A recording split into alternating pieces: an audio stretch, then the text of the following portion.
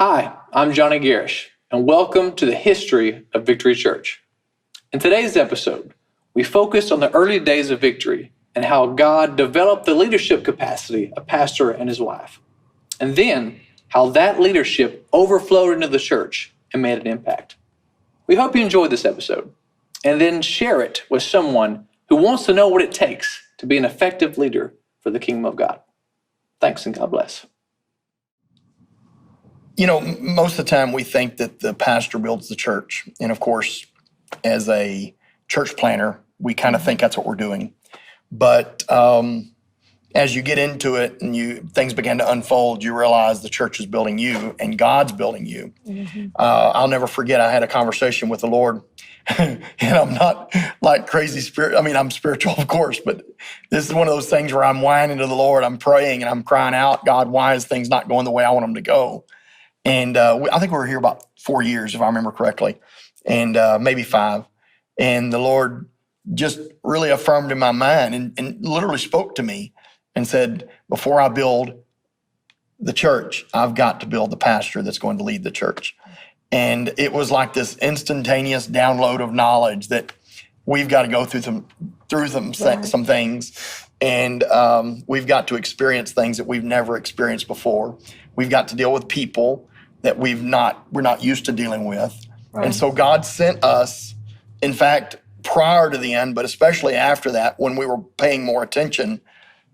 I think when that really happened, it was like all of a sudden we began to pay attention to the lessons we were learning and began to kind of glean from each lesson something that we could use for the future. So the church, yes, the pastor, and then the pastor builds the church, of course. Without God, the church God wouldn't lay a burden on a man.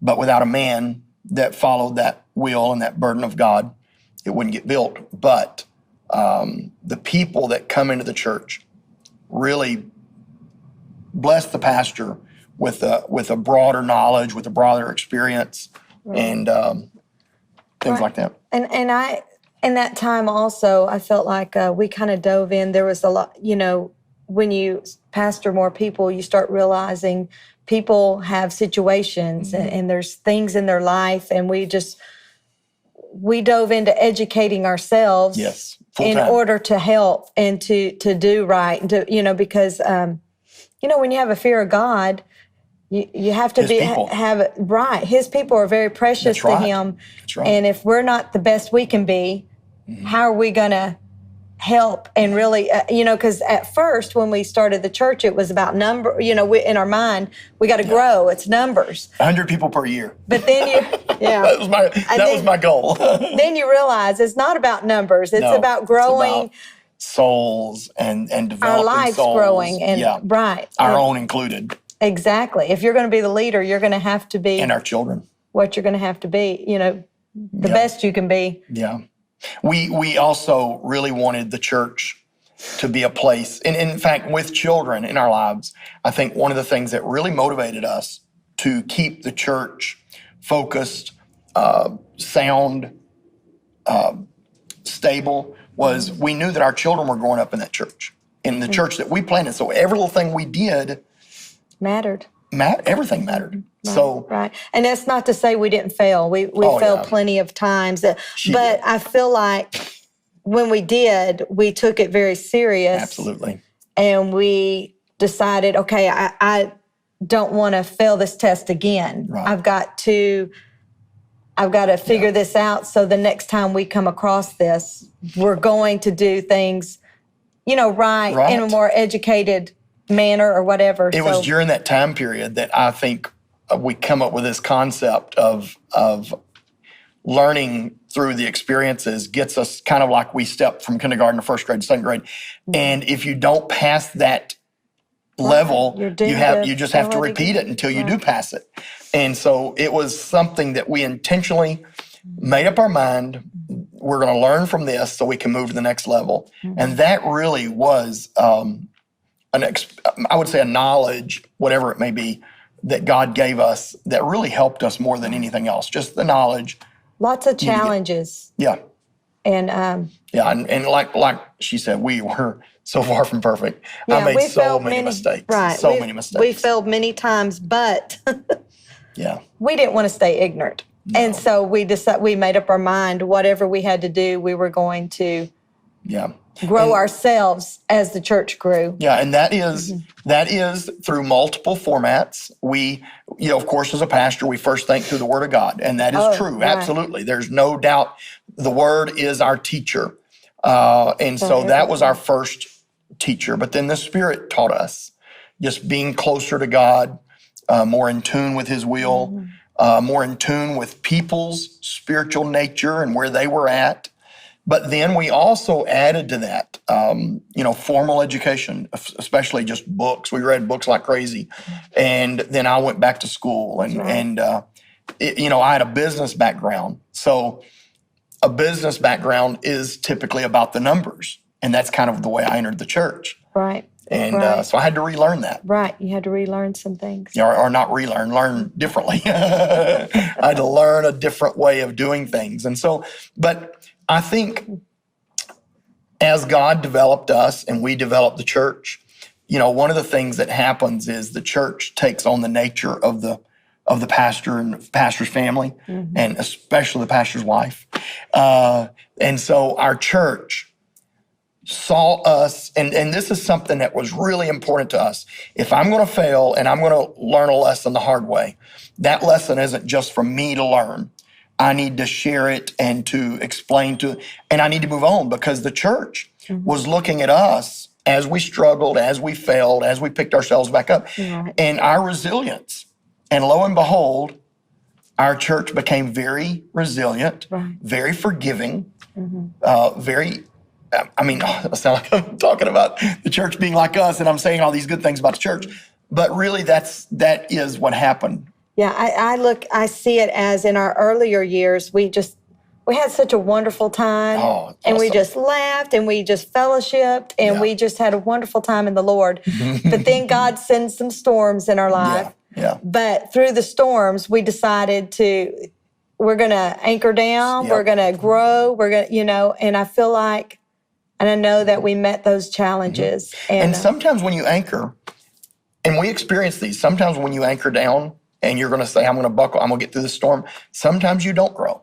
You don't grow visibly. Right. But you grow spiritually. You grow roots and things like that. Right. And that's true growth. Right? Yeah, that's the more important. And that's the more important growth overall.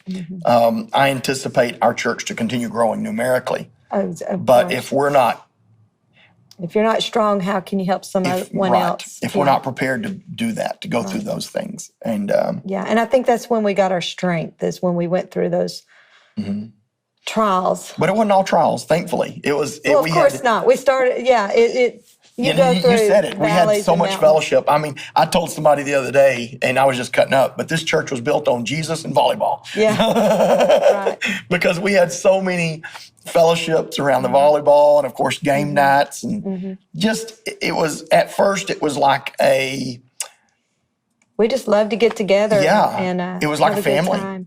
And we were small enough to where we could gather at certain places all together, and then as you grow. And that was pre-internet, especially pre-internet, pre-phones. And so we might have had cell phones. We did have cell phones, but they didn't distract us from connecting and engaging with the church people. And no matter, and I'm going to start naming some names, and I'm going to go ahead and tell you, I'm probably not going to tell everybody's name because I'm going to miss some. But when Case and Beckham come, and that was just a thrill for us. He was our first person to come to our church, our first student. And I love that man. And he just added to the church. And then, of course, Erin Vestal, she was 9 years old. Kaysen was a college student. Erin Vestal came. Was our neighbor. And she added to the church. And then and then I'm going to miss names, so just forgive me for that. But as we got up to probably 15 to 20 people, we realized that our fellowship was very, very important. It wasn't just a task of building a church. It was a task of building relationships. And of course, relationships with individuals and then those individuals growing together in God. It was a beautiful thing. It really was. Yeah. So each person gave me experience and gave us knowledge and added to our depth. Yes, definitely. And it gave us a lot of testimonies. I tell stories now that Kason was involved in, especially, because he was there for the first 3 or 4 years before he graduated and moved on. Yeah. But all those stories come from those experiences. It's really neat, really neat. I can't say enough about the people that come to Victory and added to our... They've made a beautiful story. Mm-hmm. Yeah, part of that quilt, I think, is what they call it. Right. Yeah. When, one of the things that really helped the church was before we even moved to College Station, I think we were spiritually healthy.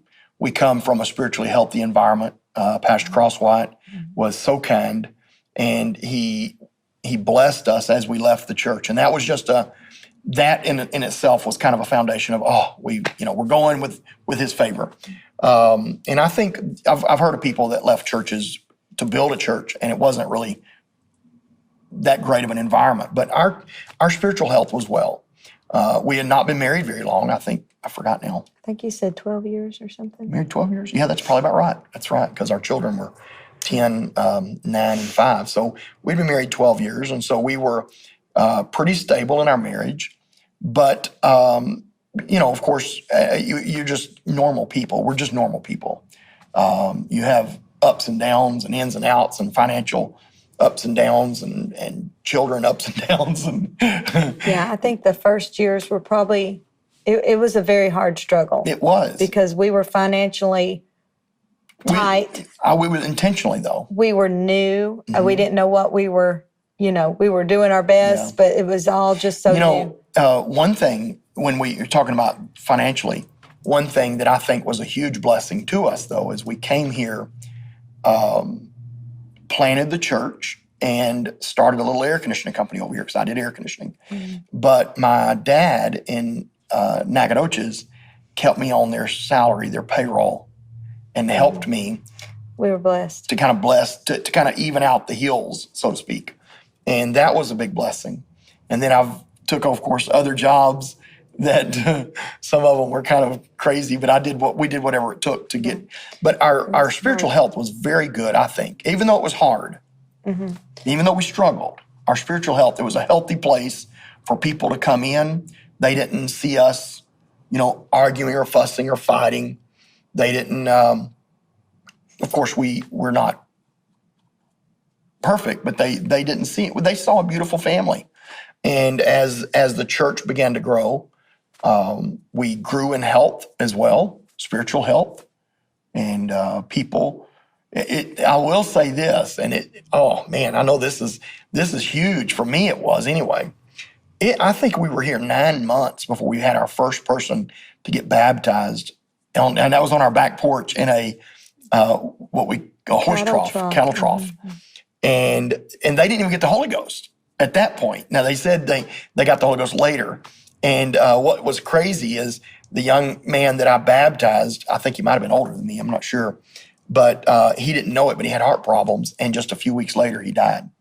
And, but yeah, it took 9 months for anybody to get baptized. And then, it was like it was a struggle. And I think that was kind of a testing grounds. Right. Are you gonna stay? Are you gonna give up? It's up to you. Anything we're starting, you're going to have to go through a struggle. Yeah.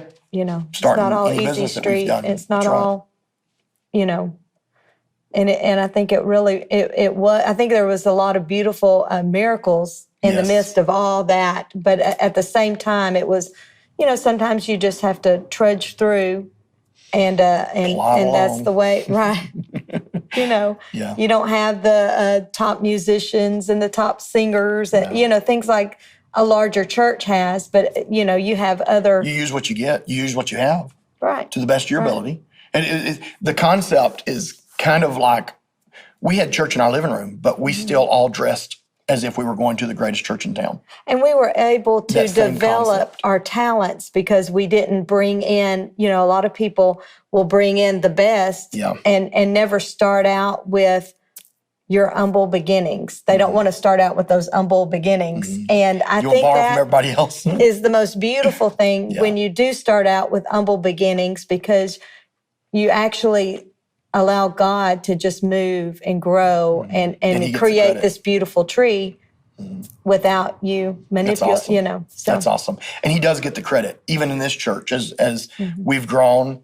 Yeah. What God has done is what got us where we're at, not our talent. I didn't have a No. talent. You didn't have a talent. Right. Our kids. We didn't have the ability to bring in the best or whatever. We just Right. we just allow God to Use what we had. to work and do what we had to do. And we nurtured that and created a culture of developing, and we still do that today. We still develop our children. As young as like 10 and 12 years old, we're using them and developing them, because we live in a transient community, and we know that if you think that you're in this community, if you think, well, I'm only going to invest in those that are going to be here and that's it, then you're probably not going to invest in very many people. So because it's just a transient community. And of course, we have a core. We have that, that core course. group. But you've got it's a kingdom thing, and that's what you've got to look at. And it started as that, and I'm going to say, obviously, maybe not as intentional then as it is now, but it still remains a kingdom thing. Exactly. You can't get selfish. You've got to see the souls as you said, they're precious to God, and if they're precious to God, then they've got to be precious to us. And a lot of great things happened. It's hard to judge yourself at the beginning. Take that back. Let's start over.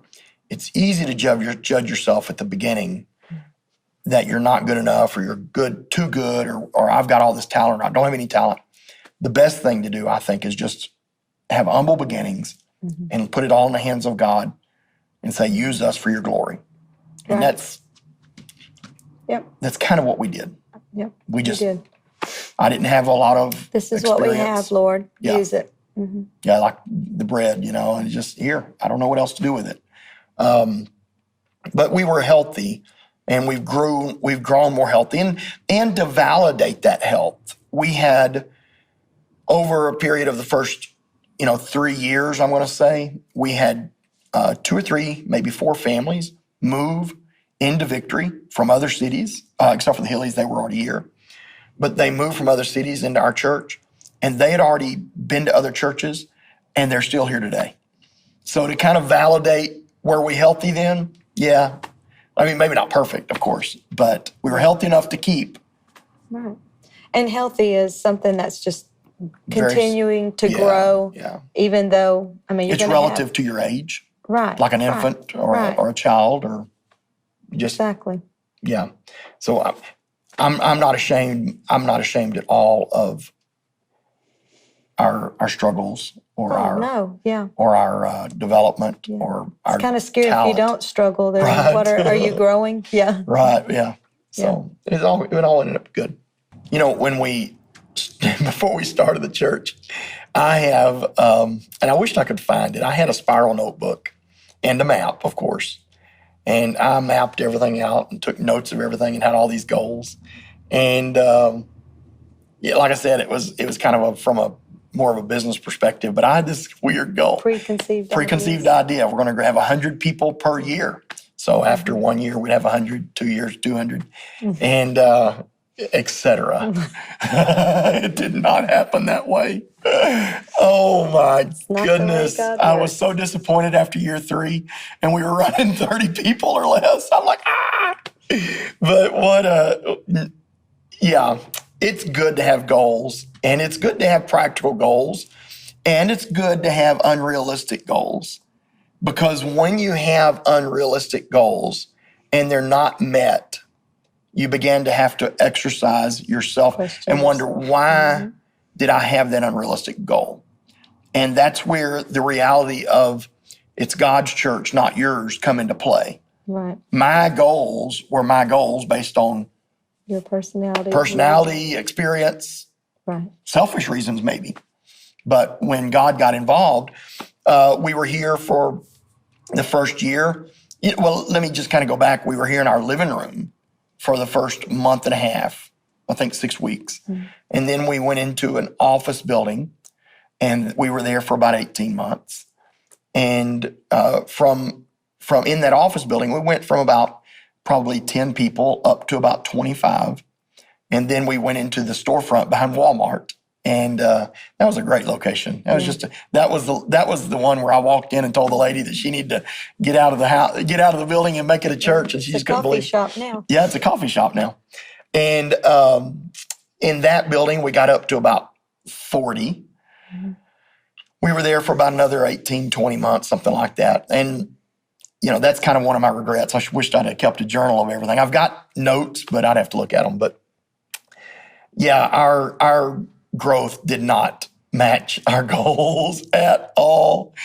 And like I said, 9 months for our first soul to even just be baptized.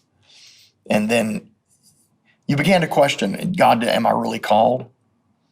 And one day, and I don't know exactly who it was. I want to say it was my grandmother. She was kind of a confidant for me. I'd call her when I couldn't call anybody else. And she said, son, if I remember correctly, it was her. And I'm going to say what I think it was. You just got to put some blinders on. And that just kind of stuck with me. And, the old horses used to wear blinders so they would stay focused. Right. And so that's kind of what I did. I'm just going to do what I can do right here, right now, not worry about somebody else's row or how long this row is, or how big the field is. I'm just going to do what I can right now. Right. And that really was, even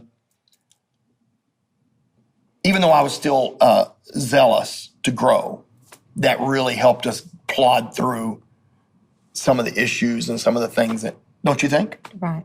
Yeah. I think so. I think in our earlier, it was kind of like we would, especially with college, you have a group at one time would come in. Yeah. Every semester or every once a year. Right. So you kind of get that burst of I don't know. Explosive energy. Shot of energy. Zeal. Yeah, it was awesome. That was so awesome. I remember also one memory that keeps coming to my mind is talking to Brother Russo. Yeah. And at that time we had a big group of youth. And we were like, we really need help. And we had asked for help at one of the colleges. If y'all know anybody that would love to come down and help us work youth, I wrote we would letters, love it. I emailed them, I called them. No response. Nothing. Nobody would help. And so you were whining in front of Brother Russo. I was whining. And he said, Brother Castleberry, you're going to have to raise your own leaders. Raise your own.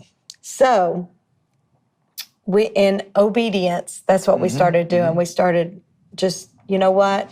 Instead of trying to look for help from other areas, we're just going to have to raise our own. Take what we have. And it really, that advice helped us because it turned us into a training. Yeah. Or, if we didn't know, we had to figure it out. Then we had to train. And of course, you're stumbling along the way and some things you get and you're, invest in your own people. Right. And get them to be the people you want them to be. And it's helped us so conferences, tremendously. Classes, and sometimes we didn't even know what we needed, but we just trust people to help us. It kept our church, it kept us busy as a couple to where, we were expending a lot of energy on figuring out how to do this. Now we got to do it, and it takes a lot of work, but it is worth it if you just, and we listened to the advice Brother Russo gave us. And I will throw this in there, and I think that this needs to be clarified.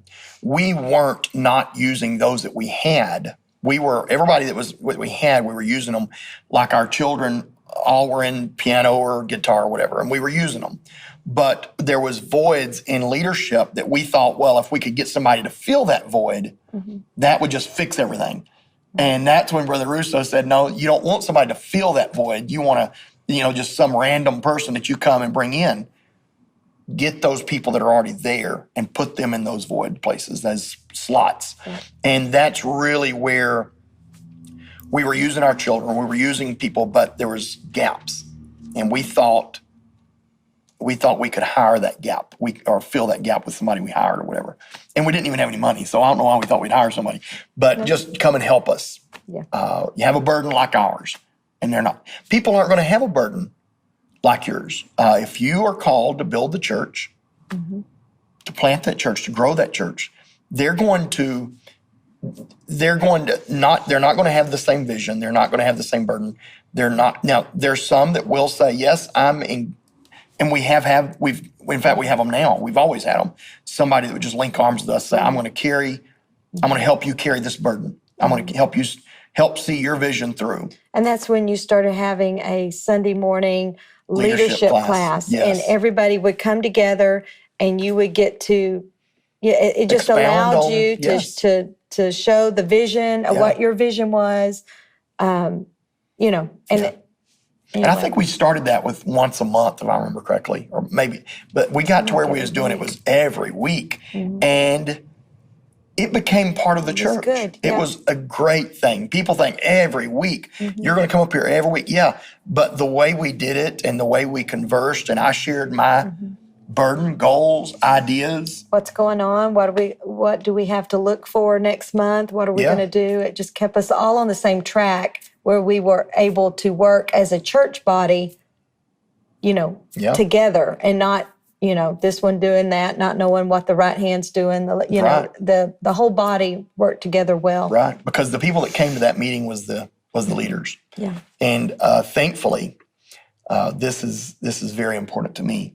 Thankfully, here as a young pastor, young man, I had elders that were part of that visionary team that submitted themselves to my vision and got behind me. And that was just a beautiful, just a magnified energy that it went forward. And it was a healthy environment, very healthy environment.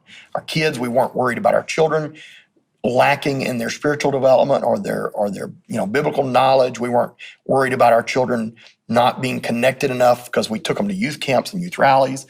They had tools. We were constantly investing into them as far as music, voice lessons, of course, public school and things like that. Now, all that was Sunday, our leadership meeting. Our kids taking music lessons. They were young. Oh, yeah, they were doing that for all along. They've been doing that. Yeah. Right. Yeah. But we've kept our kids in lessons till they were 17, 18 years old. So 8 or 9 years after we planted the church, they were still in lessons. And Camille even more. The lessons that we learned over the years, there were many, many, many lessons that we've learned over the years.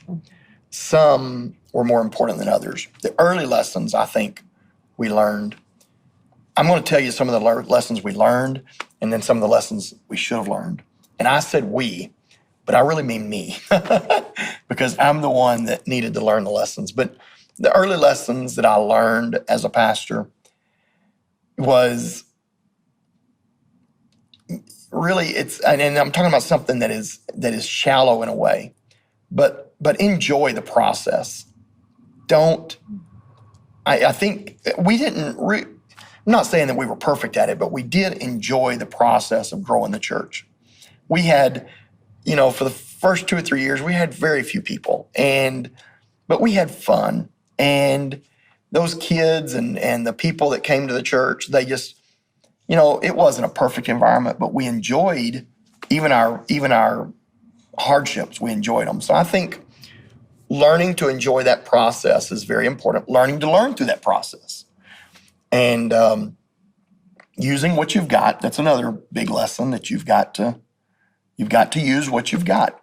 Another lesson, which I think my wife actually knew it. I knew it, but it's more important when she does it. And that is give your very, very best every time. That was a big, big lesson, just that it was something that we applied, but I kind of learned it at the same time because it's so much value there. And I'll tell you the ones that I should have learned later in a minute. I'm gonna have her tell me, what lessons did we learn? Okay, for me personally, I tend to be a Martha instead of a Mary at times. So I have to be very careful. I can be I think we all busy, do. caught up, working instead of sitting at God's feet more often. Oh my. And so that was a lesson, because when you're starting a church, it is a lot of work. It's a lot of work. I mean, you're the one that's going to be picking up the church before service and making sure it's present, because You do everything. It's all on you. When we started, we wanted the mindset of, I don't know who's coming through those doors, and we want them to feel welcome, the Holy Ghost, but we want to put forth our best. We don't, we don't want to be one of those that you walk in and there's cobwebs in the corner or there's cracker crumbs on the floor. No, it's horrible. Like you don't even care about the house of God. Right. Take pride in the house of God. Yeah. We did. And that takes work. It takes work. That's right. And you have to get there early. You have to, one thing when we started our church, we never started late. When we started in our living room, we had just a few people coming, and there was times when we started service and it was just our immediate family, and then we would have another family walk through the door and they're just looking shocked and awe because we're already going. We had already started. We're singing Amazing Grace, or whatever the Lacey knew to play at that time, and we're singing, and we just acted like we were in a big church, and they would have to come in and just sit down. But we never started late. That was one of the things that we're starting on time. We're not going to give God our second best just because we're small. We made up our mind, and I remember this concept very clearly, and I forgot about it.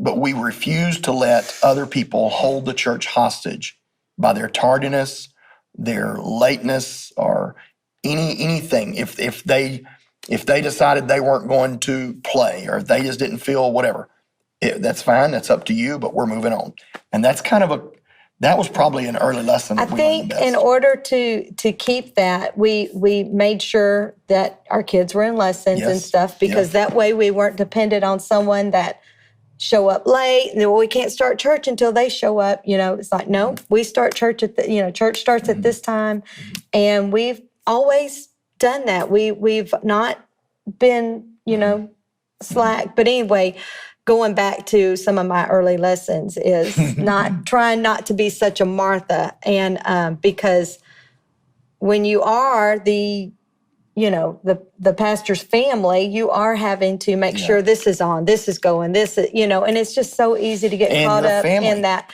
work. And you can lose your children if you get caught up in that work mentality, because it becomes you just have to be very careful and mindful. And it is hard. It's not an easy thing to start a church for me, in my. No, it's not. It's not for the faint of heart or the weak. And but we did the best, and I think we did a lot of things right, and it kept us. But anyway, Martha was one. I think balance was another thing we had to learn pretty early on, between family, work, school, church, all the other things we had to do. We just having to balance it all. And so routines, systems are very important. We learned early that systems are very important. That's why that starting on time, it was important, because it was part of the system. And when we got a system and it worked, we tried to. And didn't always work. No, because you have to be careful not to have a high stress. No. And it can be, high stress. But I think balance. It goes back to balance. You go back in your mind, you're thinking, oh, my Lord, how did we get through all that? Survive? Right. And we did. And we did. Another thing I learned is when you're starting a church, everybody's, you love everybody, and you always want to see the good in everybody, but you always have to be careful. There are evil people. Yes, there are. And there are people that are just come in with ulterior motives. Right. And you have got to learn to that's why it's important to not only to not be so much a Martha, but be a Mary, because that you have to discern certain That's right. things. And if you're just busy working, you're not able to discern like you That's right. should. And that was one thing, a lesson I had to learn a hard way, that you really need to be more discerning in certain situations. So one of the things that goes into is having an affiliation, an association like the United Pentecostal Church, that when people move in, you can call their pastor, you can check on them, things like that. Just use those avenues. The biggest lesson that I learned, I'm going to say I learned, or maybe should have learned, is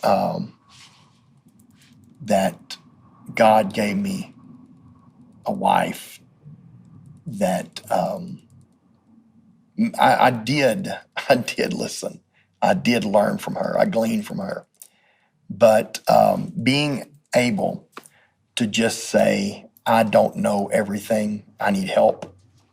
I'm not all that. I need help. That leaning on you, I think sometimes, and I'm only saying this because I don't want it to be misperceived, but I do believe that there are people, pastors, men, that think I'm the pastor. I've got it, and that's that's not the way things are. And thankfully, God blessed me with you to bring in perception and ideas and understanding that I did not have. And of course, your dad was a pastor for only 3 years, but when you was a child, but that was such a base of knowledge for us. You remember some things. And that was a great blessing for me, knowing that you were there. And I will admit that as the man, God called me, all this kind of stuff. You can get to where you feel like, or you think you're all that in a bag of potato chips too, as they say. When we're not. We need one another. Even our elders and our children, just knowing that you're not, yes, you might be the God-called pastor, but that does not mean you encompass all knowledge and all experience, and you've got it all under control. Now, I said I learned that lesson. I'm not sure it was the first year or two, though. It took me, I'm a slow learner. I'm a slow learner. It is a process, and it took me a little bit to realize that God did call me to pastor, but he gave a helpmeet. As we developed and as we learned, we moved forward. We went through a series of building changes. Pretty quickly, actually. The first was our home in there a month and a half. Moved into the office building 18 months, storefront 18, 20 months, something like that. Out of that, we went into the Church in a Day, and thank God for the Church in a Day. I cannot imagine where we'd be without that. Thank God for Brother Rochelle. Yeah. He had more faith in me than I even knew he had. I was maybe a little cocky and a little out there, but he just, I don't know, he called me up and said, we want to build a Church in a Day in Texas, and I think you're the one that needs to do it. And you need, and I forgot what all the numbers were, but the parameters, need so many people and so much money. Do you have it? And yes, which I don't think we actually did, but anyway. We had a goal to get there. I remember we had the banner. Work on it. Remember the banner that I put, and I had it printed out? Yes. I spent I forgot how much money. Spent money to print this banner, and it said, what was it? It was, the goal was 50. It was a little 50. hard. And I was hanging it up, and God, I was just kind of hanging it up and praying and talking to the Lord. And it's kind of what you do when you don't have much time. You talk to the Lord when you can, hanging that thing up. And I felt this why 50? Why not trust me for more? And so I took a big magic marker, and that brand new 50 that was just printed, I marked over it and made it 60. Vision 50 and Vision 60. I made it Vision 60. And so we grew. We got into the Church in a Day. We were here. Our fourth anniversary was spent in the Church in a Day. And we were in our Church in a Day for about 6 months. and we realized we'd outgrown it. We had needed my wife. This girl told me she would divorce me if I didn't get her some Sunday school rooms. Remember that? She said, if I don't get some Sunday school rooms, I'm out of here. It was playing, of course. Something crazy, Playing. yeah. So 6 months into after church in a day, we built 4 classrooms. Literally 6 months later, almost to the day, we added wings onto the sanctuary. So that put us at about 5.5 years. And then we started growing even more. We kept growing. We were here about 8 years. We built this sanctuary. And I think, I'm just being very frank or plain, whatever. I was very intimidated to have an evangelist, to have guests, just anything like that for the first 3 years or so, because we were in a storefront, we were in this, that, and the other, and I was so wrong. I was so wrong. And that's one of those things there's lessons that I wished I'd have learned. I wished I'd have learned earlier that you have my best interest at heart. You have the kingdom at heart. And I wished I'd have learned that, yes, I mean, I'm not saying that I didn't trust you, but God called me, but he called me because I married you. And it kind of that team, if I would have maybe not married you or maybe married somebody else, maybe he wouldn't have called me. I don't know. But being that we're a team, that was an early lesson I should have learned. Being unashamed of the small things. Right. Don't be ashamed of the small things. Let people see you in your struggles, in your smallness. And then and the part of that, the reason why that's important, and I wished I'd have learned it then, is because when they see you later, God gets the glory. Because they know how weak you were or how ignorant you were or how whatever. But then they're seeing you later and they're like, wow. And they don't just mark it up to, I'm just using my name, Brother Castleberry, so wise. That's not the case. God is so good. And we did not meet my goal of 100 saints or 100 souls per year, but souls are an amazing thing, because each soul that came into the church was so important, and each soul taught us so much. And I've got a list of people that I could go through, but I go back. I'm almost honest all the time. Benton and Becky Hilly, they just were so. He was my only board member for a while, and I added another young man, and we that wasn't intentional. It was just that we were rolling and growing and moving, and I'm a high-speed individual. And we didn't have many adults. I remember one time we did have a missionary or something at the church.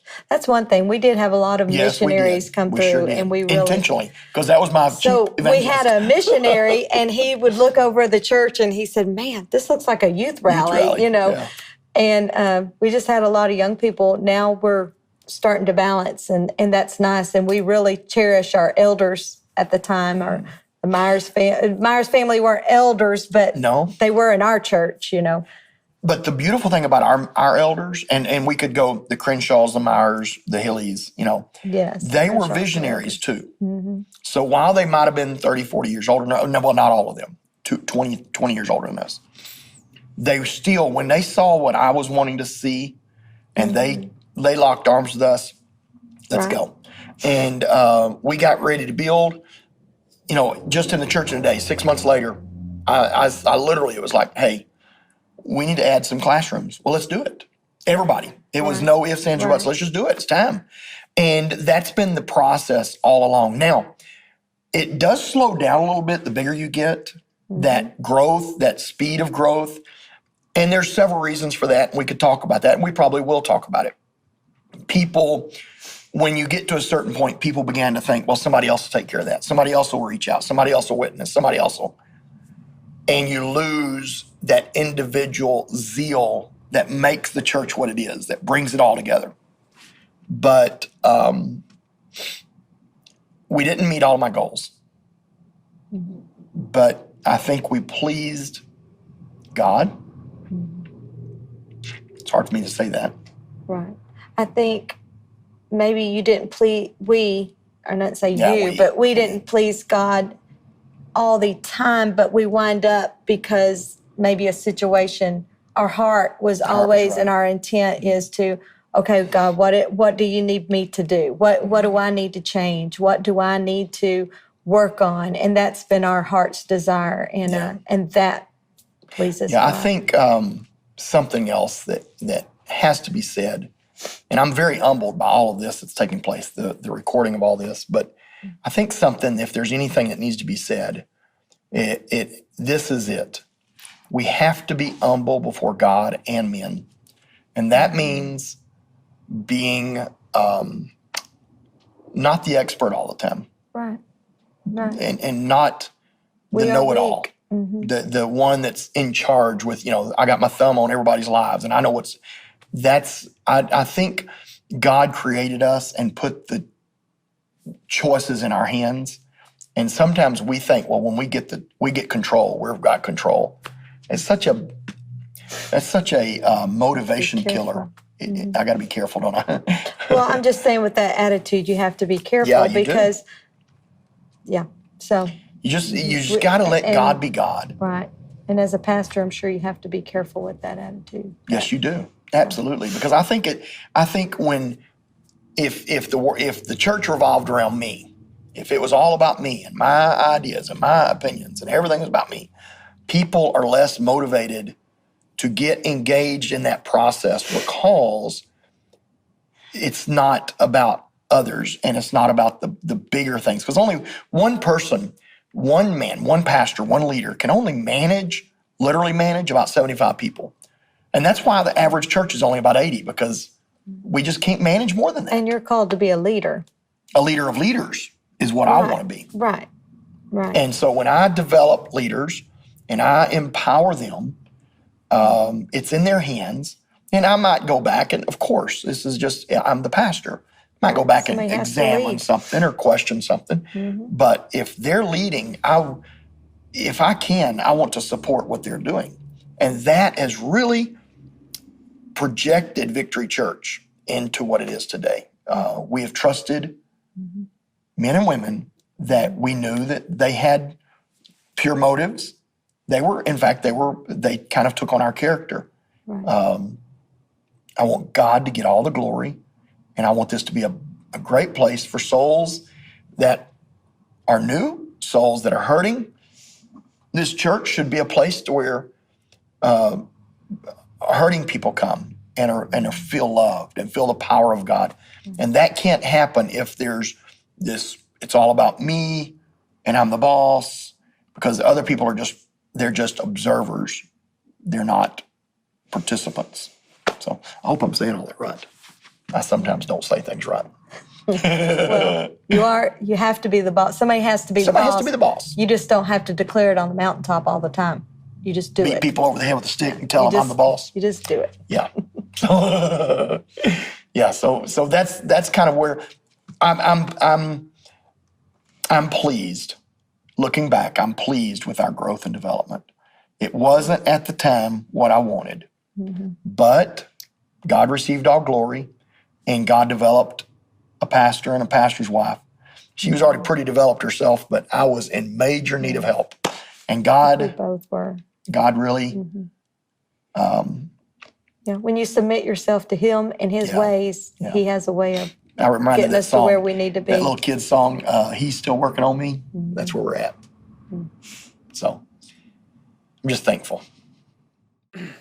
Thanks for watching that episode. Please join us again next week as Pastor Castleberry and his wife share some of their most memorable moments here at Victory Church. Please share, like, and subscribe. Thanks. God bless.